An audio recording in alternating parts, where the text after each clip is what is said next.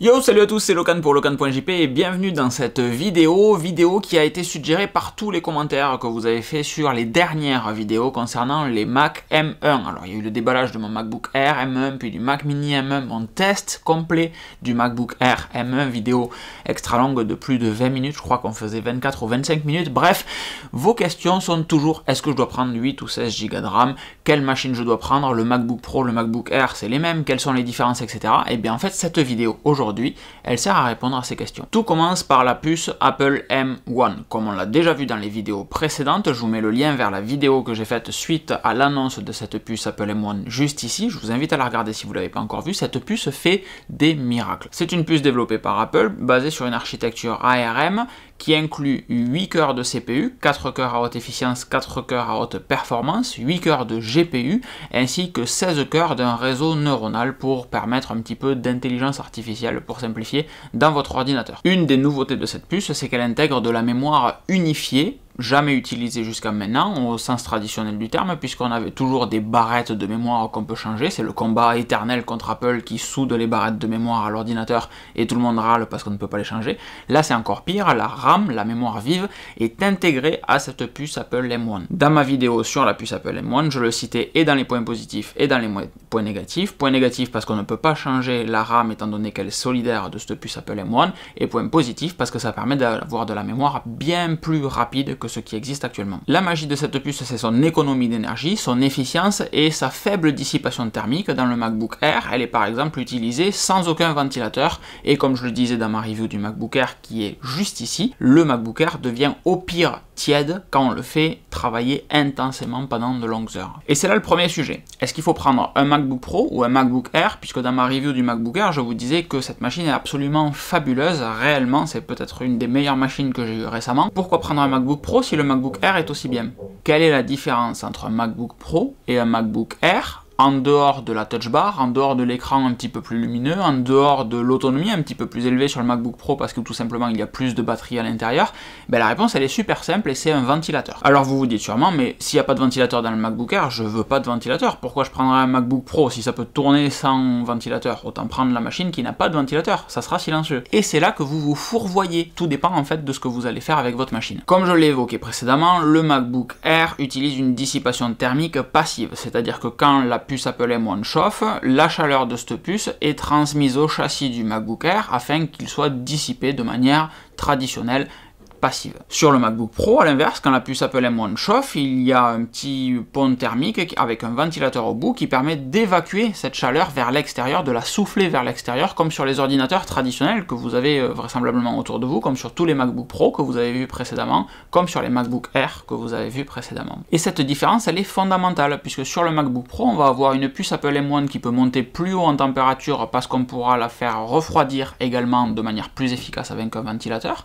alors que sur un MacBook Air, la température à laquelle on va laisser monter la puce et donc le travail qu'on va laisser faire à la puce va être plus faible puisque la dissipation thermique, le fait de refroidir cette puce, est limitée par la dissipation thermique inhérente au châssis en aluminium du MacBook Air. Le MacBook Air ne peut pas refroidir aussi vite que le MacBook Pro avec un ventilateur, c'est tout simplement un principe de conductivité thermique, c'est les lois de la physique. Je vous apprends pas les watts par mètre Kelvin, tout ça si vous avez fait physique vous vous en souvenez. En souffrance un petit peu peut-être, mais vous vous en souvenez. Donc la problématique elle est simple, si les actions que vous faites sur votre ordinateur ne sont pas de haute intensité, c'est-à-dire que vous n'allez pas demander à votre ordinateur de faire des calculs très intenses pendant longtemps, on va dire que longtemps c'est plus de 10 minutes, et bien en fait le MacBook Air peut vous suffire parfaitement puisqu'il n'y aura pas d'intérêt à refroidir la puce, la dissipation thermique du châssis suffira largement. Par contre, si vous demandez des calculs intenses à votre ordinateur ou pendant des périodes prolongées, et bien le ventilateur du MacBook Pro devient intéressant parce que ça permettra à la puce Apple M1 de maintenir sa performance dans le temps. C'est ça la seule et unique variable en fait. Si vous utilisez de la puissance longtemps, il vous faut un MacBook Pro ou un Mac Mini. Si vous utilisez de la puissance mais à court terme, la dissipation thermique du MacBook Air suffira, vous n'avez pas besoin d'un ventilateur a priori. Par contre après c'est toujours pareil, qui peut le plus peut le moins. Moi j'ai pris un MacBook Air et un Mac Mini cette année en vendant mon MacBook Pro 16 pouces, j'ai le Mac Mini avec le ventilateur quand j'ai besoin de puissance, c'est ma station de travail, et j'ai le MacBook Air pour tout ce qui ne nécessite absolument pas de puissance, tout ce que je ferai avec un ordinateur hors montage vidéo, hors retouche photo. encore que la retouche photo sur le MacBook Air ça passe. Et je me permets de me corriger tout seul, il n'y a même pas de ça passe en fait, dans tous les cas ça va fonctionner, même mes montages vidéo sur le MacBook Air ça fonctionne sans aucun problème, c'est juste que ça sera plus rapide avec un MacBook Pro ou avec un Mac Mini qui a une dissipation thermique active. C'est juste ça, c'est la variable temps. Dans tous les cas, ça fonctionnera sans aucun problème. Mais c'est juste que la machine avec un ventilateur sera plus puissante dans le temps. Voilà comment on peut le résumer. Est-ce qu'il vous faut 8 ou 16 Go de RAM maintenant? C'est la grosse question que tout le monde me pose sur le Patreon, dont le lien est dans le commentaire, sur le Discord, sur le forum privé, et dans les commentaires de ces vidéos également. Est-ce qu'il faut 8 ou 16 Go de RAM? Depuis toujours, on nous apprend que la puissance d'un ordinateur est liée à la puissance de son processeur et à la quantité de mémoire vive, de RAM, qu'il va y avoir à côté pour permettre de servir de tampon, si vous voulez, de brouillon au processeur qui va faire ses petits calculs, clac, et qui écrit sur son brouillon la mémoire, hop, qui ensuite reprend, etc. Ça fonctionne à peu près comme ça, le couple RAM et processeur. Sauf que sur un Mac avec de la mémoire unifiée, la mémoire, le brouillon, si vous voulez, l'écriture et la lecture du brouillon vont tellement vite qu'en fait, il n'y a plus lieu d'avoir une page, il suffit juste de cligner des yeux et hop, c'est fini, on est déjà passé à autre chose. En fait, cette mémoire est tellement rapide qu'il n'y a pas d'intérêt d'avoir une grande quantité de brouillon pour stocker plein de trucs dedans, parce que les instructions sont traitées super rapidement. Donc encore une fois, sur mon MacBook Air en 8 Go, j'arrive à monter des vidéos, j'arrive à faire du traitement, etc. sans aucun problème par rapport au Mac Mini où j'ai 16 Go de mémoire dessus. La seule différence va encore être le temps. Dans 100% des cas, plus il y a de mémoire, plus ça va vite. Ça marche également avec les MacBook Air M1, avec les MacBook Pro M1 et avec les Mac Mini M1. Je ne vous dis pas que le 8 est exactement pareil que le 16 Go, c'est faux. Il y a toujours une différence, le 16 est toujours meilleur, ça c'est certain.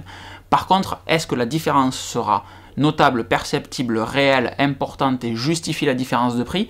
Ça, c'est à vous de voir. Sur des usages intensifs, mais pas délirants non plus, compiler un programme avec Xcode, exporter plein de photos d'un coup, etc., le MacBook Air avec 16 Go de RAM va être plus rapide qu'un MacBook Air avec 8 Go de RAM. Mais la différence, elle se joue à quelques pourcents, jamais plus de 10% en réalité. Donc si vous faites des actions lourdes comme ça de temps en temps, en fait, il n'y a aucun intérêt à partir sur du 16 Go là, aujourd'hui. Par contre, si vous faites ces actions de manière répétée, que vous faites des actions encore plus demandantes en termes de performance, comme exporter une vidéo 8K en 4K par exemple, et bien là, on se rend compte que la différence, elle est quitte ou double en réalité. Parce que le processeur est très rapide et que sa puissance est directement en fonction de la quantité d'instructions de la vidéo 8K qu'on va être capable de stocker dans 16 Go de RAM ou dans 8 Go de RAM. Quand on a 16 Go de RAM à disposition, on va envoyer 16 Go de data sur le processeur, pour faire très simple, qui va les traiter, boum, par lot de 16 Go. C'est pas du tout comme ça que ça marche, mais c'est pour que vous compreniez, par lot de 16 Go.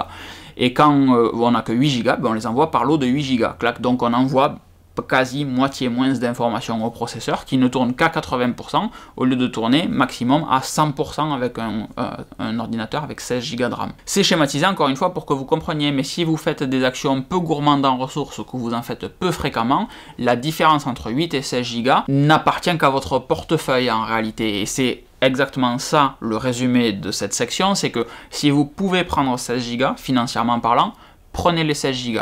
Même si aujourd'hui il n'y a pas trop de différence en termes de performance entre les deux, peut-être que demain vous découvrirez une passion pour quelque chose de plus consommateur en ressources.